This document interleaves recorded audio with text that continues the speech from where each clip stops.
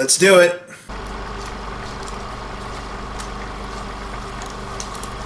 So, yeah, let's talk about the films that kind of were the infuriating sits of the year. The movies that either fell way short of my expectations, somehow found a way to plummet beyond very low expectations, or in some way, shape, or form I thought I wouldn't care about, but then ended up being infuriated by. It wouldn't be the top 10 worst without a couple of dishonorable mentions. These are movies that barely made the cut, that I feel there's still some merit to them in seeing these films, but they're not necessarily the greatest. Count your lucky stars that you were bumped out by some pretty atrocious stuff.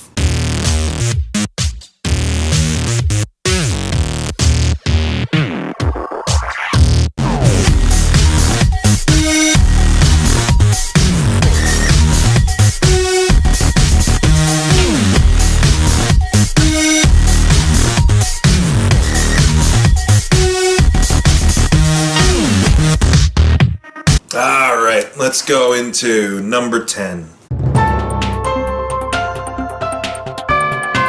Bright. Yeah, I know, this movie's been getting kind of trashed and tossed around pretty heavily by critics since it first debuted on Netflix. Here's the thing, it's at number 10 for me because I appreciate the premise of it. I like the idea of it. The idea itself, in service of the story, has a lot of, I think, huge storytelling flaws, but I like the practical effects they do with regards to Joel Edgerton's orc makeup. I don't want to trash David Ayer too much because I do like a lot of his stuff, not his recent stuff, such as Suicide Squad and this. He's the guy who wrote Training Day. He's the guy who did End of Watch and Fury. Those are solid films, and I feel with this one, he was still kind of riding the DCEU money train and wanted to see what he could do kind of on that level of craziness. This is what we got, which it's not god-awful, it's not unwatchable, I don't feel. It just struck me as really, really generic. I get what they're going for. They're going for this allegory with regards to racism and systemic racism in our society, except with fairy tale creatures. I get that. Other than that, there was no other reason why these should be fantasy creatures. This could have been just a regular cop film, and the only thing that changes is the fact that one of them is an orc. And that, again, ties in a little bit to the storytelling aspect of the film, is basically the backdrop for this whole Training Day-ish, End of Watch-ish type movie is that these are times where humanity has coexisted with fantasy characters, since about 2,000 or 3,000 years ago. We've been aware of these characters, or been aware of these species of creatures for all this time, and yet we're still talking about Shrek. I don't know if in a world like this Shrek would even exist, or if that'd be considered kind of like the ogre equivalent of blackface. We're still talking like lingo and still talking like it is modern day, and that these just happen to be the things going on in the background that have no real significant influence on the story itself, other than there just happen to be fantasy creatures and fantasy objects in this world. I don't know, it was a weird sit for me. It wasn't an infuriating sit because I got what they were trying to do, and I appreciate the ambition of Bright, but it wasn't working for me. The entire time I was watching this, I'm like, this could be any old End of Watch type story, and it would be probably better because of that. Joel Edgerton is trying through the heavy makeup to convey this character of Nick the orc, and he does okay for the most part. Will Smith is being Will Smith, so I don't really know how much investment he is throwing into this particular role. It does feel kind of like a wasted opportunity with regards to this. You could have done something more interesting than do this sort of Alien Nation-ish ripoff. But I don't find it to be the most ungodly thing to be shown to viewers in 2017. I don't think it's really deserving of all the lambasting it's getting from critics. it really amounted to kind of a whole lot of I don't really care. So that's why it's very low on the list for me. The Book of Henry.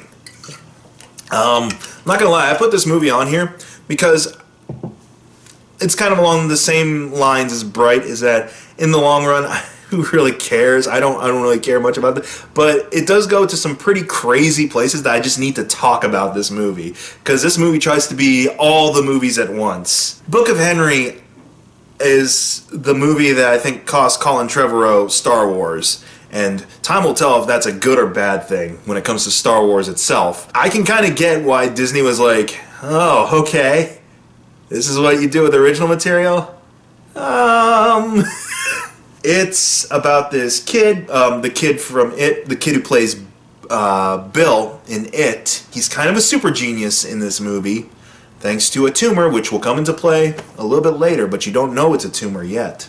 It's not a tumor. So he's like this super genius kid who's able to kind of balance the family's checkbook, comes up with so many crazy inventions with his younger brother, Jacob Tremblay, and his mom, Naomi Watts, is kind of a deadbeat who plays video games all day, and he kind of takes on the role of being the caregiver and provider of the family. So there's that quirky kind of family drama going on. Meanwhile, next door neighbor, the girl from the Sia video who's wrestling Shia LaBeouf, and her stepdad, what's his name, Dean Norris from Breaking Bad, there might be some child abuse or bad touching going on over there that Henry, the super genius kid, becomes privy to or aware of, and so he starts to put this plan into motion to save the girl and get her into protective services or protective custody, and then gets sick and gets put in hospital because of brain tumor. And so then a portion of the movie is dedicated to coping with the, eventually losing your kid and him saying his goodbyes and things like that. And Sarah Silverman shows up as Naomi Watts' diner co-worker and gives this kid a big on full kiss on the mouth because he's never had a first kiss, and she's an alcoholic who has been kind of having this contentious relationship with him because he keeps calling her out on being an alcoholic. And then kid dies, and it's really sad. I'll give this. The acting's surprisingly effective for this crazy story that can't decide on its mood. And so, for a while, Naomi Watts and Jacob Tremblay are in mourning. Until one day, when they discover he has written a whole notebook's worth of plans in order to save girl next door from her abusive stepfather. Plans that include forging his signature for adoption papers, assassinating him with a sniper rifle that you can obtain through illegal means, which this kid researched, and then Naomi Watts actually goes through with this whole idea of acquiring a firearm, practicing with said firearm, setting up a place for the perfect shot at Dean Norris, setting up the perfect circumstances to commit this assassination, and then being able to have the proper papers to transfer a custody of the kid over to her. Why? It's kind of a nutso Hallmark family movie meets cold thriller. It's almost as if My Girl and Stand By Me were mixed in with that one Peter Jackson movie that came out, The Lovely Bones, The Lonely Bones. It's weird. It's really weird. There are some cool performances. Jacob Tremblay is still an effective child actor. Naomi Watts is trying her best to portray this really vulnerable and very distraught mother. The kid who plays Henry, I liked him better in It, but I mean, he's doing pretty well conveying this kind of really way too bright kid. But it's all surrounded by this crazy schizophrenic film. It doesn't transition well from its different moods. You're only given the slightest hint of this quirky family dynamic that is set up here, where the kid's kind of calling a lot of the shots and is being the responsible one, and the parent is kind of the layabout. Like that could be interesting for a good portion of the film, but the film doesn't have time for that. It immediately just goes right into the next door neighbor stuff and the sickness and the grief and then goes into this Ocean's 11 style plan to get custody of this girl and kill her stepdad. And the whole time you're like, man, this is really disjointed and jarring. Even though this is on the worst of, because it's not objectively good, but it's something of a curiosity that if what I mentioned in this kind of brief rundown of the plot raised your eyebrow enough that you're like, I gotta see it to believe it, have at it. And maybe you'll make more sense out of it than I did, because it, for me, was very much just so confounding as to what am I supposed to be getting out of this viewing. This is a really bizarre film. Go ahead, everybody. Make sense of the Book of Henry on your own terms. Sandy Wexler. Yeah, this isn't as bad as The Ridiculous Six or The Do-Over, but it's still Adam Sandler. I will give him this. He genuinely looks like he cares a little bit more in this, because it is a movie dedicated to kind of lampooning or paying homage to his agent of many years. And so he is trying to do this guy a service as kind of representing him as an actual human as opposed to a caricature all the time. I mean, he does go into that full-on caricature mode, but it's not nearly as bad or as offensive as I thought it was going to be. There are one or two just weirdly absurd visuals or jokes that did make me laugh or just kind of smile wryly a little bit. This film meanders a lot. Nothing about the story feels like it's worth telling, other than Adam Sandler just wanted to kind of pay homage to his agent. Okay. And as far as I know, this agent hasn't gotten caught up in the big hullabaloo of a good degree of predatory behavior in the industry, so good for him. Yeah, Adam Sandler Netflix movie. It's not good, but he tried. Transformers: The Last Night.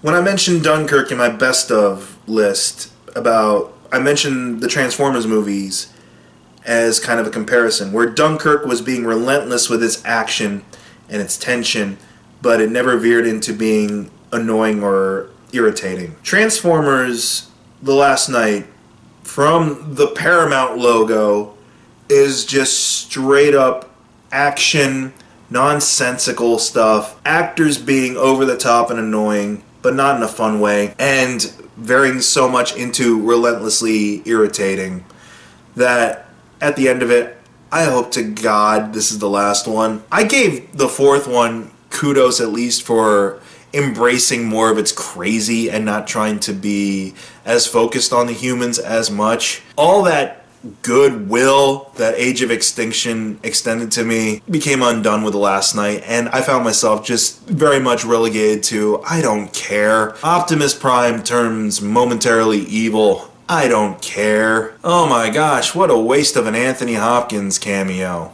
I don't care. It was just a big pile of bruh. The one interesting bit of like montage or scenery I did kind of vibe to a little bit was them like bring all the prisoners of war Decepticons out and going through the roster. Like, I don't know why, but that scene in particular of them just like hauling off these giant Decepticons in chains and stuff like that, it was interesting for a minute, and then it just went back into the nonsensical retconning. The Knights of the Round Table, Nazis, a whole bunch of who cares. Like, at this point, to kind of break down the plots of Transformer movies is a self-defeating exercise. Transformers: The Last Night, which it certainly won't be the last night, and I hate that these movies, every time they come out, they keep touting as, this is going to be the game changer in the franchise. This is going to be the dark turn for the characters. This is going to be the last hurrah for the Autobots. None of these are ever going to be the last hurrah for the Autobots because they want to sell your kids more toys. I really hope this year that the viewing audience didn't get suckered into another sequel. I hope the box office returns were low enough that they're like, you know what? let's stop this franchise. Or at least, let's put a hiatus on it until we can actually come up with maybe a very compelling story about alien robots turning into cars. The Bye-Bye Man.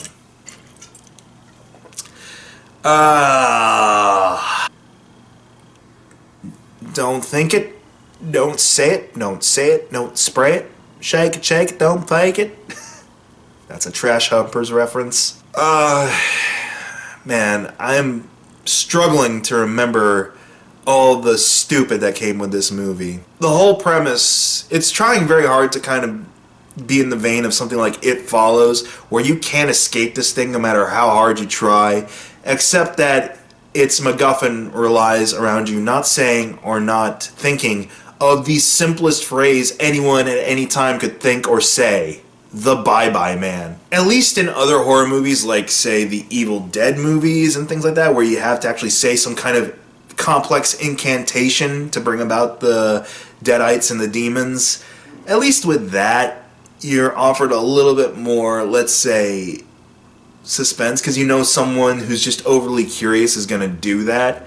But literally naming your character and having his appearance be based around someone saying the Bye-Bye Man is not only overly simple, it is so trite and stupid. I'm not even factoring in yet the fact that this character's rules when it comes to him haunting or tormenting people make absolutely no goddamn sense. And that's saying a lot because, you know what? Sometimes horror movie villains are nonsensical. But this, it just seems, it seems like it's just a hodgepodge of other ideas that, why would they tie into this character specifically? He travels around with a meat dog. Why? What is the symbolism of the meat dog? You hear a running locomotive in the distance gaining on you as he arrives. Why? What does the Bye-Bye Man have to do with a runaway locomotive? He'll just jump scare the bejesus out of you and make you see random weird things with no sense of time, place, or space. I don't know. It was kind of a very annoying watch. The acting's, let's be frank, not the greatest acting you could ever see in a movie called The Bye-Bye Man. Oh, poor Faye Dunaway. She's in this movie for a quick second, and you can tell, like, the paycheck is just off screen, and it's just within her reach, and she's so desperate for it that she'll throw in desperation into her performance, but not in service of the story, in service of the fact that she wants the money. I would have forgiven, let's say, your stupid premise and this stupid character if we've been following maybe main characters that weren't necessarily this doofy. Like, Carrie-Anne Moss plays a detective in this movie, and I would have much rather preferred following her doing an investigation into this phenomenon as opposed to following these jerk-off college kids who are just being jackasses all over the place and being so comedically bad at acting that at the very end, the last kid standing is like fighting himself from saying the Bye-Bye Man so that his niece and his brother don't hear it. So he's like on the other side of a door being like this, being like that degree of acting. It'd be comical if it wasn't so pathetic. And the sad part is, I know we're going to be getting more of these movies because jump scares and lame Freddy Krueger knockoffs like the Bye-Bye Man are what makes the kids these days go to them movies. I don't know why I put on this accent. Yeah, this was a very not trying horror movie, and it raked in all the big bucks. So I fully anticipate a Bye-Bye Man 2. I expect a whole Bye-Bye Man franchise. Say it and think it as much as you want, because it's lame. Oh my god, I've got 5 more movies to go. The Emoji Movie. Yup. Yeah, I did a joke video about this movie before I'd even seen it, just because I was seeing everyone trouncing this film royally online and in reviews. And when I did finally get around to seeing it, yeah, it's pretty bad. Obviously not the worst since we're only halfway up the list, but it smacks of just the biggest corporate shilling and desperation. Is going to be the most forgettable time capsule of a movie about this day and age, as opposed to something like the Lego Movie, which I feel has a little bit more teeth and longevity to it because it allowed itself to be a little bit more and allowed itself a little more creative freedom. Aside from just being very colorful and pretty looking at times, there is nothing creative or thoughtful in this film at all. Basing characters around the weakest form of communication in this day and age doesn't endear it to me any further. As much as I love Patrick Stewart and Logan, you got me to hate Patrick Stewart in the Emoji Movie playing a turd. All the product placement and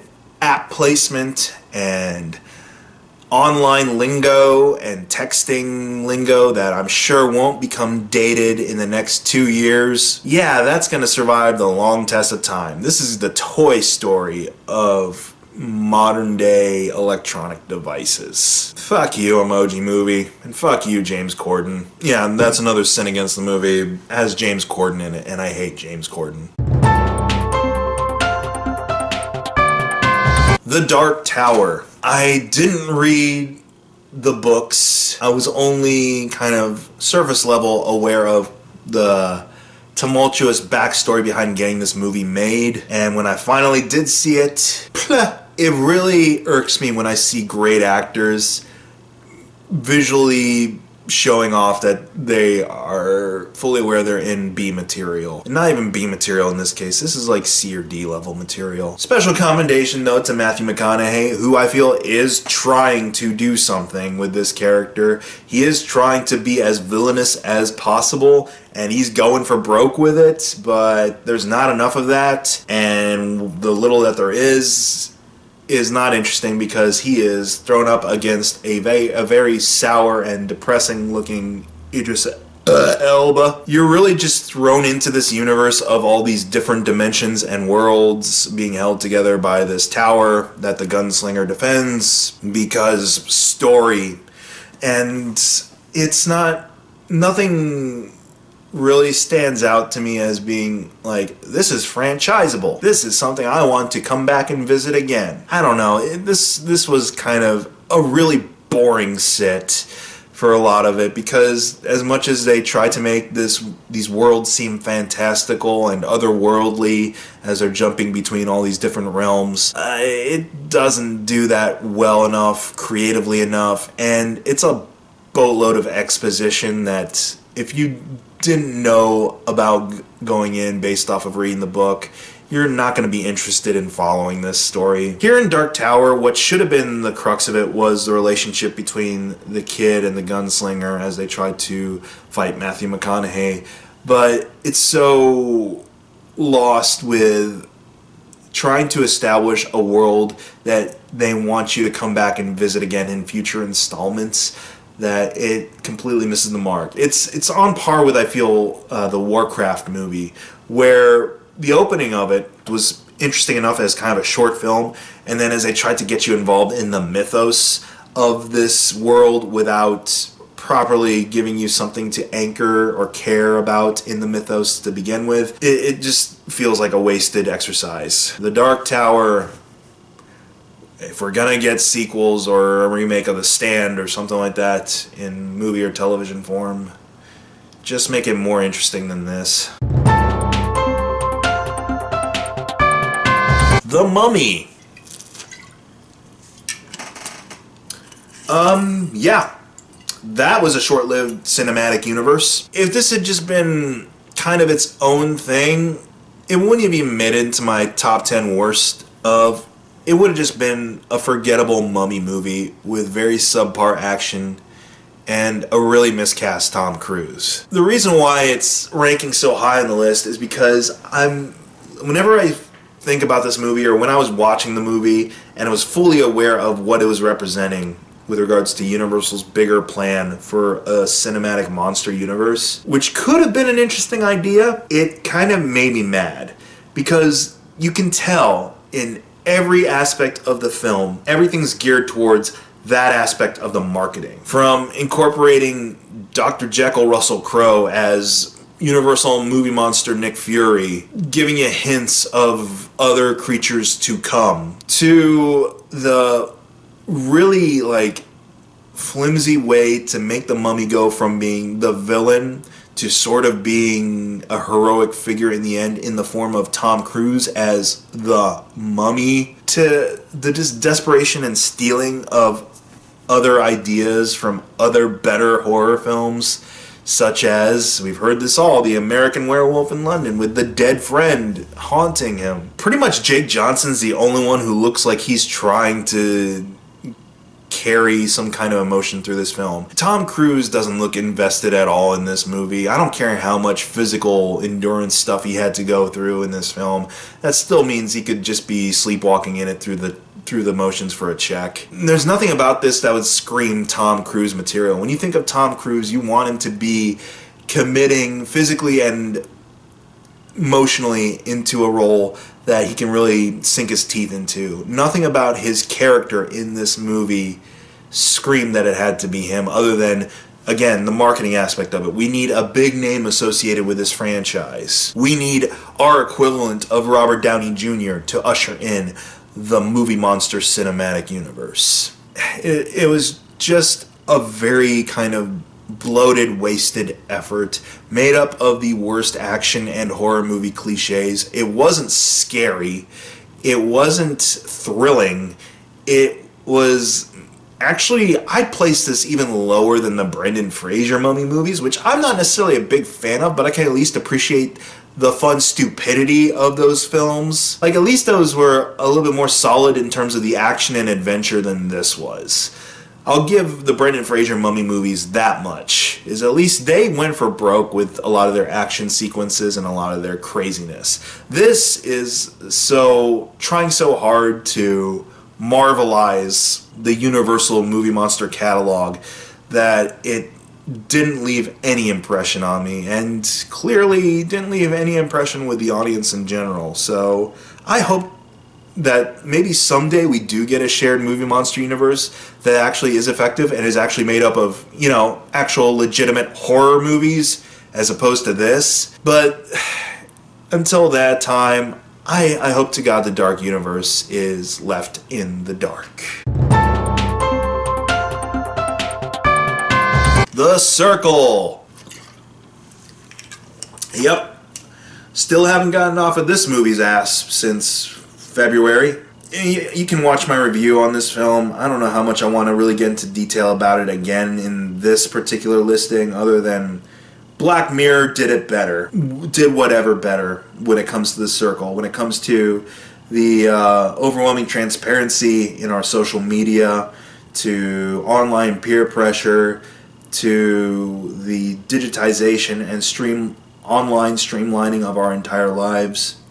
Whatever you want to kind of draw up with regards to this story and these characters, I just want you to remember, Black Mirror most likely has done it better. Moving on, let's get into number one and get this over with. 50 Shades Darker. Is it a surprise, really, that this would be my number one? I mean, other than the fact that I'm clearly not the target audience for this type of movie, but at the same time, I doubt the target audience would be so drawn in by this movie. The sexy stuff isn't sexy. The romantic stuff isn't romantic. The comedic stuff is thoroughly not funny. And the dark dramatic stuff is unintentionally extremely hilarious. The reason why this is number one as opposed to 50 Shades of Grey a couple years ago that I feel was only in the middle of my list at the time is because at least with 50 Shades of Grey, the first movie, Dakota Johnson's performance I thought was a little endearing. Like this whole like very innocent girl being opened up to this world of sexual proclivities and weird kinky stuff, and her kind of dealing with it and kind of having that, oh shit, this is what this is all about look on her face. Like, she sold me on that at least. Granted, everything else in the movie was utter trash, but at least there was some likability with Dakota Johnson's character. Here in this movie, where she's well into the knowledge of what this dude's about, what his world is all about, and all the weird fuckery, and that is actually in the movie itself, that comes with it. She tries to still do that, but I can't buy it. I'm like, all I think now is, girl, you should have gotten out of this while you still had the chance. I'm not just saying that for the character's sake, I'm saying that for Dakota Johnson's sake too. But whatever, they're getting that money. They probably can't complain. I can guarantee her and Christian Grey dude are like eyeing this last movie like the finish line. They're like, we can't wait to be done with this so we can move on to better stuff. It's so messed up though, and so kind of soul crushing that it's a story about this girl who is being emotionally manipulated by this guy and by other people in her life throughout this story, but it's supposed to be treated with a very romantic lens. It's supposed to be treated as kind of really like, oh, I found my soulmate type of angle, but nothing about it actually screams that. You're being tricked. Oh, man. Yeah. It's... Again, there are a couple of laughs here and there, unintentionally, of course, but other than that, there is nothing of value to be gained by seeing 50 Shades Darker. I'm dug in like a tick at this point because Internet Movie Review, so I'll probably see the, was it 50 Shades Freed? The conclusion to the trilogy, as it were. Boy, oh boy. 50 Shades Darker was very much the worst Lifetime soap opera stretched out over 2 hours movie I could ever see in the theater. Thanks so much, 2017. You gave me some absolute shite to watch. Hopefully 2018 won't be as bad, but chances are, since I've seen the Slender Man trailer and other such films, it will be as bad. Thanks for watching and following my nonsensical worst of. Happy New Year, if I haven't said that already, which I probably have in another video. Yeah, see ya.